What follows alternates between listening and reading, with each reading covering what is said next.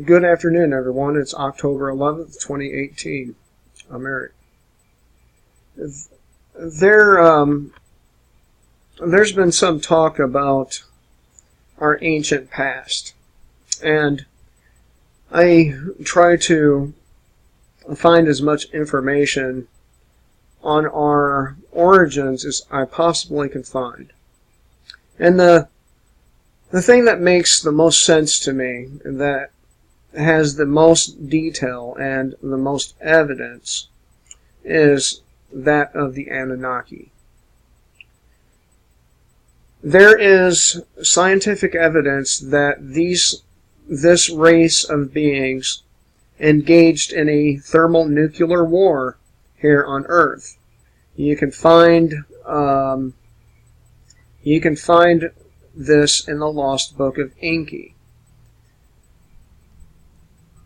One of the other things is they used Mars as an outpost, and there is evidence of ancient nuclear explosions there.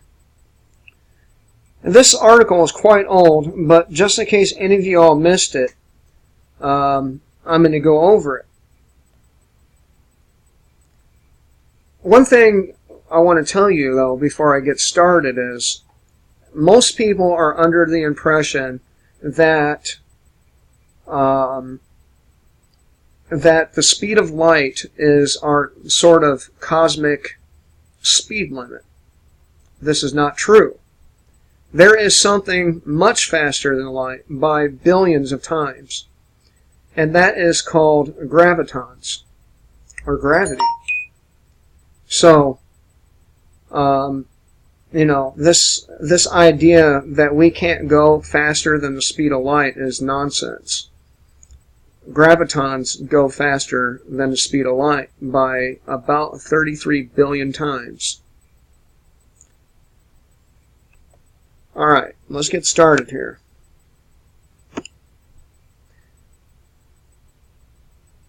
Mars has a high concentration of the gas isotope Xeon-129 in its atmosphere.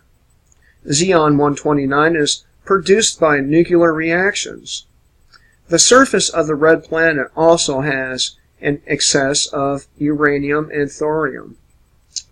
These conditions are likely the result of two large anomalous nuclear explosions on Mars in the past, argues propulsion scientist Dr. John Brandenburg in a 2014 paper titled Evidence of a Massive Thermal-Nuclear Explosion on Mars in the Past. On Earth in Okla, Gabon, uranium was extracted in 1972 and found to have unusual properties. Natural uranium deposits all contain about 0.7% of U-235. The isotope U-235 in the Okla mine, however, showed at levels around 0.6%, suggesting the U-235 had already been burned. Dr. Francis Perrin, former chair of the French High Commission for Atomic Energy, told the French Academy of Sciences on September 25, 1972, that a nuclear reaction had taken place approximately 1.7 billion years ago. And it's not that long ago, actually. It's a much more recent event, considering that timeline, okay? While many scientists may or say the nuclear reactions on Earth and Mars could have occurred naturally, some scientists disagree. If the reactions weren't natural, the implications is that intelligent beings, whether human or alien, artificially caused them. Quote, if the reactions weren't natural, the implications is that intelligent beings artificially caused them, end quote. Even if the reactions did occur naturally, these anomalous events beg the question, could a nuclear explosion happen naturally on Earth and cause mass devastation? No. No, it can't. It has to be set off. Prehistoric nuclear reactor, ? The Oklo uranium deposits were geologically estimated to be about 1.7 billion years old. Perrin suggests the reaction took place naturally at the time, since the uranium would have been at its purest. Instead of the 0.7% concentration of U-235 we see today, it would have been about 3%.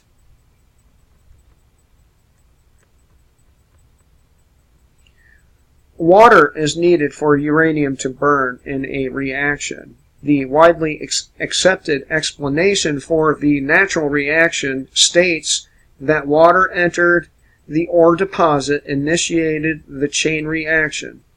But the water must be very pure to start such a reaction, noted the late Dr. Glenn T. Seaborg. Seaborg was the head of the United States Atomic Energy Commission, and he won a Nobel Peace Prize for his work in the synthesis of heavy elements. He said the reaction could not have happened naturally, just as I said. See, I'm a pretty studied person here. His view is summarized by Renee Norbergen, and this comes from her book, Secrets of the Lost Race. Even a few parts per million of any contaminant will poison the reaction, bringing it to a halt. The problem is that no water that pure exists naturally anywhere in the world. A second objection to Dr. Perrin's report involved the uranium itself. Several specialists in reactor engineering remarked that at no time in the geologically estimated history of the Oklo deposits was the uranium ore rich enough in 235 for a natural reaction to have taken place. Even when the deposits supposedly were formed, the fusible material would have constituted only 3% of the deposits. Far too low a level for a burn. Yet, a reaction did take place, suggesting that the original uranium was far richer in 235, or in U-235, than a natural formation could have been. Explosions on Mars. The Oklo case is often cited in arguments that the nuclear reaction on Mars could have been a natural phenomenon. It could not have been a natural phenomenon.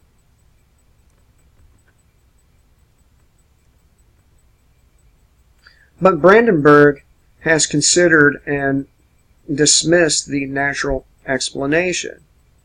He said the Xeon 129 on Mars is likely the product of a nuclear process rather than mass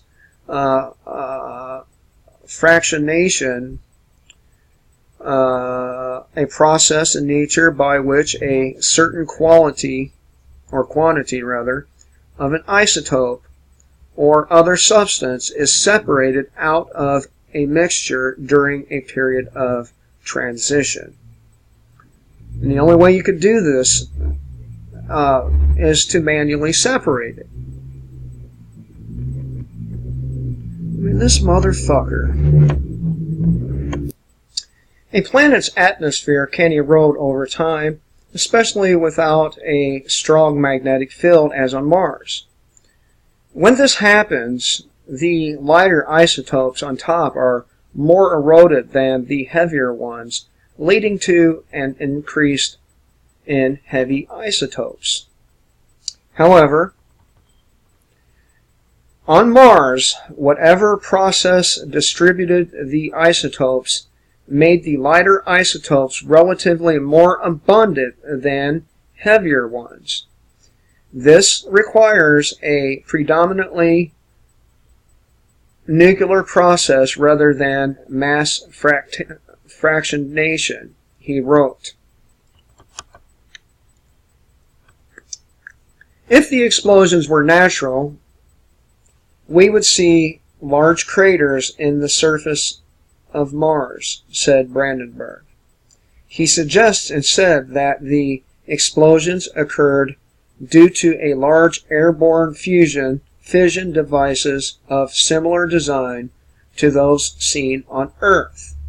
He explained how the devices on Earth produce xenon 129 in order to boost the yield of a hydrogen bomb. The bomb casing is typically made of uranium-238 or thorium. Accordingly, xenon 129 is produced only in small amounts by normal fusion. But in conventional hydrogen bomb explosion, it is produced in large amounts.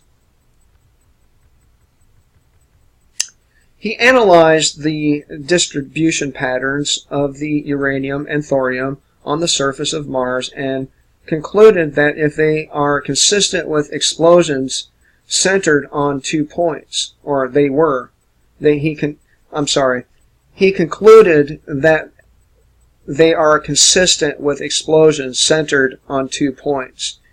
Dr. David Beatty, Mars Program Science Manager at NASA's Jet Propulsion Laboratory, told FoxNews.com he is interested in Brandenburg's ideas, but he said it would cost a lot of money for a Mars mission to investigate those ideas.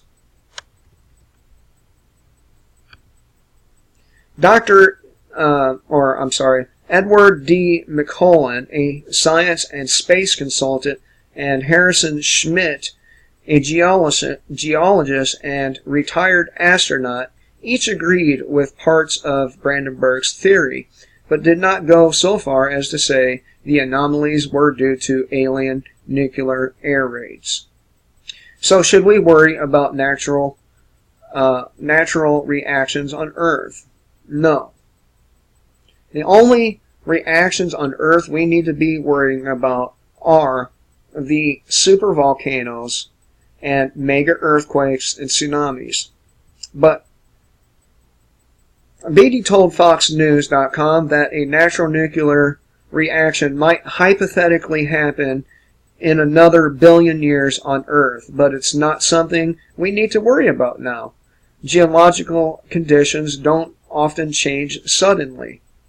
Brandenburg estimated that the explosions on Mars occurred some 180 million years ago. He said the explosions would have been large enough to create a global catastrophe and to change the global climate of Mars. So, I'm going to pause it for a minute and show you why I believe it was aliens. One moment. Alright, so this is the face on Mars. And it is a face. It's perfectly symmetrical, all that. Okay? In the Sumerian writings, they talk about this individual who was the king of the planet Nibiru. His name was Alelu. Now, the family of Enki and Enlil, the father, Anu, overthrew Alelu on Nibiru. And Alelu used a ship to escape from Nibiru, blasting his way through the asteroid belt with nuclear weapons and landing on Earth. He discovered all the minerals and gold that the Anunnaki wanted for their atmosphere. He may cut a deal with the new king, Anu, and later on, he ended up biting Anu's dick off, and it poisoned him.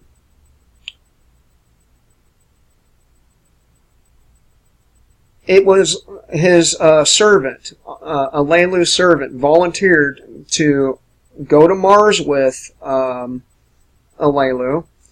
and to bury him after he died, and they erected this face as a monument to Alelu because he was the one who found the gold and ores.